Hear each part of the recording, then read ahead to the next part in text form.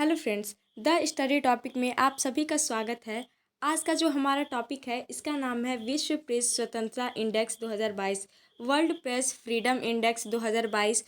इस वीडियो में हम वर्ल्ड प्रेस फ्रीडम इंडेक्स 2022 के बारे में फुल डिटेल में चर्चा करेंगे। इसके बारे में हम देखेंगे कि ये हाल ही में इतनी ज़्यादा चर्चा में क्यों है, इसका जो रिपोर्ट है वो किसने जारी किया है, भारत में इसकी रैंकिंग क्या रही है और वर्ल्ड में किन किन देशों की क्या क्या रैंकिंग रही है। इस वीडियो में हम डिटेल में कवर करेंगे। हम देखेंगे कि संविधान में इसका उल्लेख कहाँ पे किया गया है और जितने भी वर्ल्ड है जो हमारे पड़ोसी देश हैं उनकी रैंक क्या रही है। हमारे देश की जो रैंक गिरी है उसकी क्या क्या वजह है, क्या कारण है कि जो हमारा विश्व प्रेस स्वतंत्रता इंडेक्स में हमारी रैंकिंग नीचे गिर गई है। इस वीडियो के लास्ट तक ज़रूर बने रहें और हमारे चैनल द स्टडी टॉपिक से जुड़ने के लिए चैनल को सब्सक्राइब जरूर करें और साथ में बेल आइकन को भी प्रेस करें ताकि आपको हमारी वीडियो सबसे पहले मिले। डिस्क्रिप्शन में मैंने टेलीग्राम लिंक, व्हाट्सएप ग्रुप और इंस्टाग्राम और फेसबुक का लिंक दिया है, आप हमारे ग्रुप से ज़रूर जुड़े। हम वहाँ पे बहुत ही इंपॉर्टेंट टॉपिक्स को कवर करते रहते हैं। आइए शुरू करते हैं हम अपना वीडियो। विश्व प्रेस स्वतंत्रता इंडेक्स 2022, इसको वर्ल्ड प्रेस फ्रीडम इंडेक्स 2022, ये आखिर चर्चा में क्यों है इसके बारे में आइए हम देखते हैं। 3 मई को विश्व प्रेस स्वतंत्रता दिवस जो है वो हर वर्ष 3 मई को मनाया जाता है। 3 मई 2022 को विश्व प्रेस स्वतंत्रता दिवस WPFD के अवसर पर रिपोर्ट्स विदाउट बॉर्डर्स द्वारा विश्व प्रेस स्वतंत्रता सूचकांक का 20वां संस्करण प्रकाशित किया गया है। ये जो विश्व प्रेस स्वतंत्रता इंडेक्स है इसको रिपोर्ट विदाउट बॉर्डर्स जारी करता है। इसमें हमारे जो देश की रैंकिंग है वो 180 देशों में से 150वें स्थान पे आई है।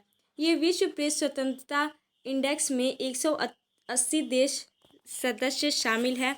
आइए आगे देखते हैं, दिया है इसका परिचय हम देख लेते हैं कि वर्ष 1991 में यूनेस्को की जनरल कॉन्फ्रेंस की सिफारिश के बाद वर्ष 1993 में संयुक्त राष्ट्र महासभा ने विश्व प्रेस स्वतंत्रता दिवस मनाने जाने की घोषणा की थी। यह जो दिवस है ये वर्ष 1991 में यूनेस्को द्वारा अपनाया गया था। विंडहोम उद्घोषणा को भी चिन्हित करता है। ये जो दिवस है ये विंडहोम उद्घोषणा को चिन्हित करता है। वर्ष 1991 में विंडहोम घोषणा एक मुक्त, स्वतंत्र और बहुलवादी प्रेस के विकास से संबंधित एक संगठन है। आगे देखते हैं, दिए है कि विश्व प्रेस स्वतंत्रता दिवस 2022 की थीम क्या रही है। तो इस वर्ष 3 मई 2022 की थीम रही है विश्व प्रेस स्वतंत्रता दिवस की जर्नलिज्म अंडर डिजिटल सीज। इसकी इस साल की थीम रही है। इसका परिचय हम देख लेते हैं कि यह वर्ष 2002 से रिपोर्ट सेंस फ्रंटियर्स या रिपोर्ट विदाउट बॉर्डर्स द्वारा प्रत्येक वर्ष प्रकाशित किया जाता है। पेरिस में स्थित RSF, संयुक्त राष्ट्र, यूनेस्को, यूरोपीय परिषद और फ्रैंकोफोनी के अंतर्राष्ट्रीय संगठन OIF के परामर्शी स्थिति के साथ यह एक स्वतंत्र गैर सरकारी संविधान है या संगठन है, ऑर्गेनाइजेशन है। आगे देखते हैं, दिया है OIF 54 फ्रेंच भाषी राष्ट्रों का एक समूह है। दिया है कि पत्रकारों के लिए उपलब्ध स्वतंत्रता के स्तर के अनुसार यह सूचकांक देशों और क्षेत्रों को रैंक प्रदान करता है। हालांकि यह पत्रकारिता की गुणवत्ता का संकेतक नहीं होता है। स्कोरिंग मानदंड क्या रहे हैं हम देख लेते हैं कि सूचकांक की जो रैंकिंग होती है वो 0 से 100 तक के स्कोर पर आधारित होती है, जो प्रत्येक देश के या क्षेत्र को प्रदान की जाती है, जिसमें सर्वश्रेष्ठ जो स्कोर होता है वो 100 होता है। प्रेस स्वतंत्रता का उच्चतम संभव स्तर माना जाता है और जो 0 है वो सबसे खराब स्तर प्रदर्शन करता है। आगे देखते हैं, दिया है कि मूल्यांकन मापदंड क्या क्या रहे हैं। प्रत्येक देश या क्षेत्र के स्कोर का मूल्यांकन 5 प्रासंगिक संकेतकों का उपयोग करके किया जाता है, जिसमें राजनीतिक संदर्भ, कानूनी ढांचा, आर्थिक संदर्भ, सामाजिक सांस्कृतिक संदर्भ और सुरक्षा शामिल रहती है। इस हिसाब से इसका मूल्यांकन किया जाता है और एक रिपोर्ट तैयार की जाती है। देख लेते हैं कि विश्व के प्रदर्शन की मुख्य विशेषताएं क्या क्या रही है। रिपोर्ट से पता चलता है कि ध्रुवीकरण में दोगुना वृद्धि हुई, जो सूचना की अराजकता के कारण बढ़ी है। अर्थात मीडिया ध्रुवीकरण देशों के भीतर व अंतर्राष्ट्रीय स्तर पर देशों के विभाजन को बढ़ावा देता है। आगे देखते हैं, दिया है देशों की रैंकिंग क्या क्या रही है शीर्ष पे। और जो सबसे खराब प्रदर्शन करता देश है उसके बारे में हम देख लेते हैं। नॉर्वे जो है ये विश्व प्रेस स्वतंत्रता इंडेक्स में प्रथम स्थान पे रहा है। दूसरे स्थान पे डेनमार्क है, तीसरे स्थान पे स्वीडन है, चौथे स्थान पे एस्टोनिया है और पाँचवें स्थान पर फिनलैंड है।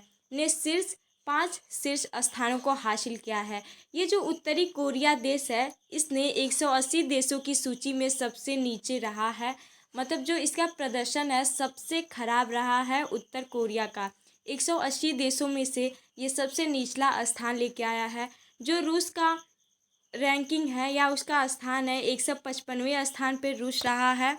आगे देखते हैं, दिया है कि भारत के पड़ोसी जो देश हैं उनकी रैंकिंग क्या रही है। इसके बारे में हम देख लेते हैं कि नेपाल वैश्विक रैंकिंग में 30 अंकों की बढ़त के साथ 76वें स्थान पर पहुंच गया है। हमारा जो पड़ोसी देश है नेपाल, वो वैश्विक रैंकिंग में 30 अंकों के साथ उसने बढ़ोतरी की है और 56वें स्थान पर पहुंच गया है। सूचकांक ने पाकिस्तान को 197वें, श्रीलंका को 146वें, बांग्लादेश को 162वें और म्यांमार को 176वें स्थान पर रखा गया है। या इनके इंडेक्स के द्वारा इनको ये रिपोर्ट मिली है और इनको रैंकिंग दी गई है। चीन का जो स्थान है 175वें स्थान पे चीन है, हमारा पड़ोसी देश। भारत 2016 के सूचकांक में 133वें स्थान पर था।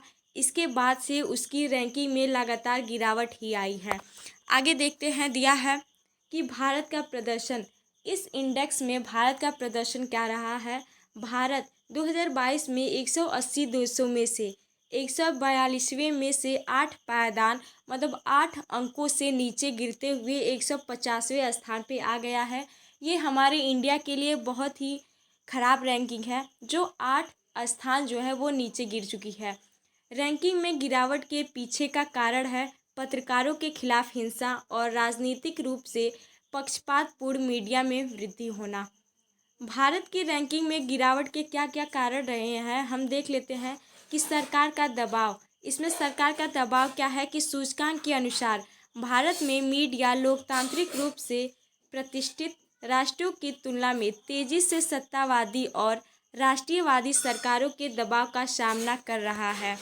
आगे देखते हैं, दिया है कि नीतिगत ढांचे में दोष रहे हैं, इसके कारण इसकी रैंकिंग गिरी है।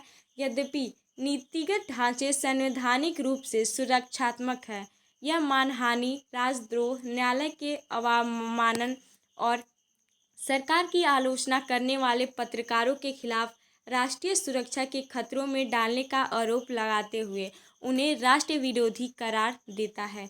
जो नीतिगत ढांचा है ये उन्हें राष्ट्र विरोधी करार देता है या बताता है।